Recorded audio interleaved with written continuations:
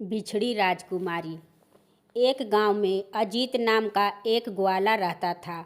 वह रोज अपने गायों को चराने के लिए जंगल में लेकर जाता था। उसके दो जुड़वा बेटी भी थी। दोनों बेटी पहचान में नहीं आती कि कौन सीमा है और कौन रीना है।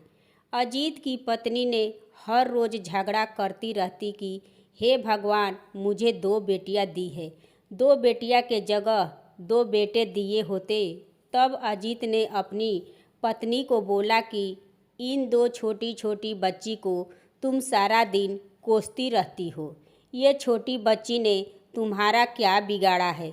तब अजीत की पत्नी ने बोली कि बिगाड़ा है, मेरे सपनों पर ये दोनों बेटियां पानी फेरा है। मुझे बेटा चाहिए था, बेटी नहीं, क्योंकि ये दोनों पूरा दिन मेरा सर खा जाती है। आप एक को रखो, क्योंकि मैं दोनों को नहीं संभाल सकती है। एक दिन अजीत की पत्नी के पिताजी की तबीयत खराब हो गई और उसको मायके जाना था। तब अजीत को बोलती है कि सुनिए आप, मैं सीमा को गांव लेकर जाती हूँ। मेरे पिताजी का तबीयत खराब हो गया है और मैं 4 दिन के बाद मायके से वापस आ जाऊंगी। तो अब अमित ने बोला कि हाँ बिमला, तुम मायके जाओ, मैं सब कुछ यहाँ पर संभाल लूँगा। तब अजीत बोला कि अरे ये क्या बात हुई, तुम तो हर बात का गलत ही समझ लेती हो। ठीक है, तुम अपनी मायके मत जाओ। फिर बिमला ने अजीत को भला बुरा सुनाती है कि हाँ, तुम तो यही चाहते हैं कि मैं सारा दिन घर में काम करती रहूं। बिमला ने घर का काम जल्दी ख़त्म करके एक बेटी सीमा को लेकर मायके चली गई। इधर अजीत ने सोचा कि मैं भी जल्दी जल्दी काम कर लेता हूँ और गायों को चराने के लिए जंगल जाऊँगा और रीना को भी अपने साथ लेकर चला जाऊँगा। अजीत ने अपने गायों को लेकर जंगल चला गया। गायों ने जंगल में घास चरने लगी और अमित रीना को लेकर एक पेड़ के नीचे छांव में बैठकर रीना को देखभाल करने लगा। अजीत पेड़ के पास बैठे बैठे अजीत को नींद लग गई और रीना खेलते खेलते काफ़ी दूर चली गई। तब गायों ने देखी कि रीना खेलते खेलते काफ़ी दूर जा रही है। तब गायों ने बोली कि चलो हम रीना को देखभाल करते हैं, क्योंकि रीना काफ़ी दूर खेलते खेलते जा रही है, नहीं तो इस जंगल में रीना को कोई नुकसान पहुंचा सकता है। फिर गायों ने रीना के पीछे पीछे गई।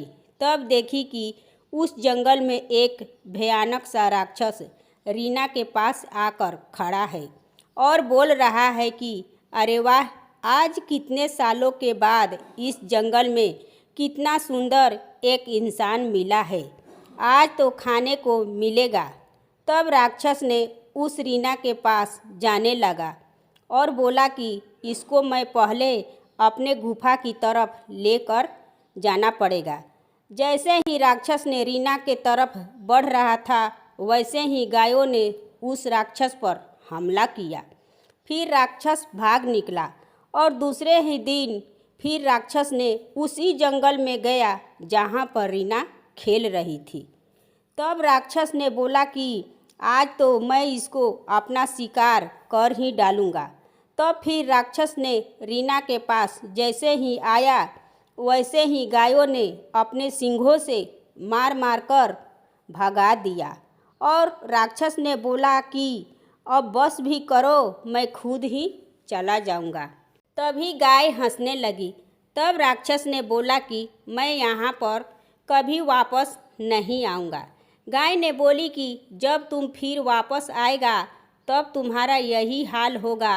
राक्षस दुम दबाकर गाय के डर से भाग गया और गायों ने रीना को लेकर अपने मालिक के पास गई और रीना को बोली कि अब तुम्हें सावधान रहना होगा। दूसरे दिन अजीत गायों को चारा खिलाने गया। तब रीना को खेलते हुए देखा। इसके बाद बहुत ज़ोर से तूफान आया और उस तूफान में अजीत को कुछ दिखाई ही नहीं दिया।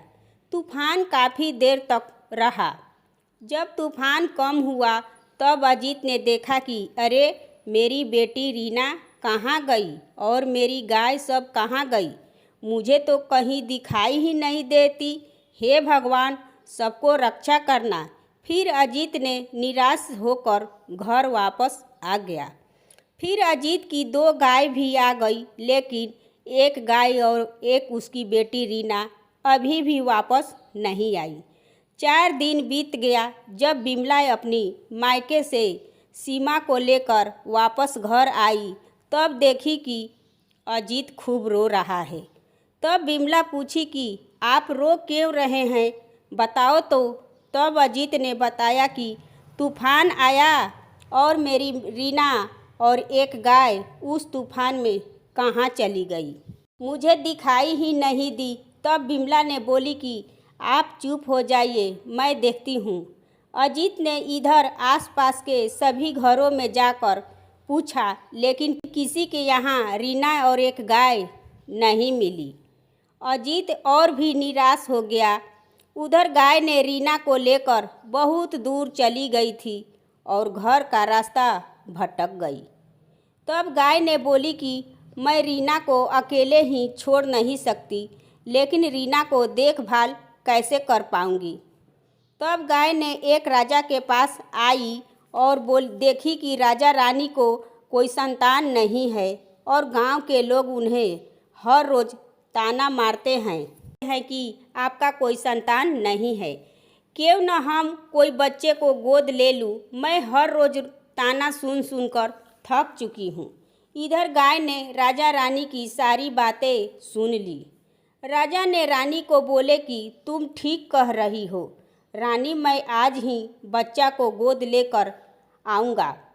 तब तक इस राजमहल को और अपनी प्रजा को देखभाल करना। रानी ने बोली कि ठीक है जी, आप जाइए। राजा ने घोड़े पर सवार होकर बच्चे के खोज में निकल गए।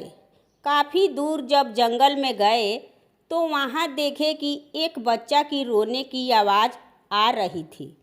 तब राजा ने उस बच्चे को आवाज़ की सुनकर वहाँ पर जा पहुँचे और देखे कि एक गाय उस बच्चा को दूध पिला रही है और रो भी रही है। तब राजा ने बोले कि गाय माता, आप क्यों रो रही हो।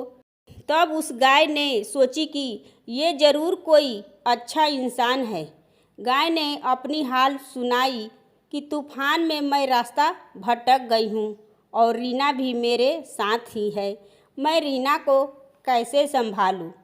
तब राजा ने बोले कि गाय माता, अगर आप मुझे सभी कृति दे तो मैं इस बच्ची को और आपको अपने महल में ले चलूँगा और इस बच्ची को अपनी पुत्री राजकुमारी बनाकर रखूँगा और आपको भी अच्छी तरह से राजमहल में ख्याल रखूँगा। गाय को राजा की बात पसंद आई। गाय ने बोली कि ठीक है महाराज, मैं और रीना आपके साथ चलने के लिए तैयार हूँ। तब राजा बहुत खुश हुए और रीना को अपने गोद में लेकर और गाय को हाथ पकड़कर अपने राजमहल में पहुँचे।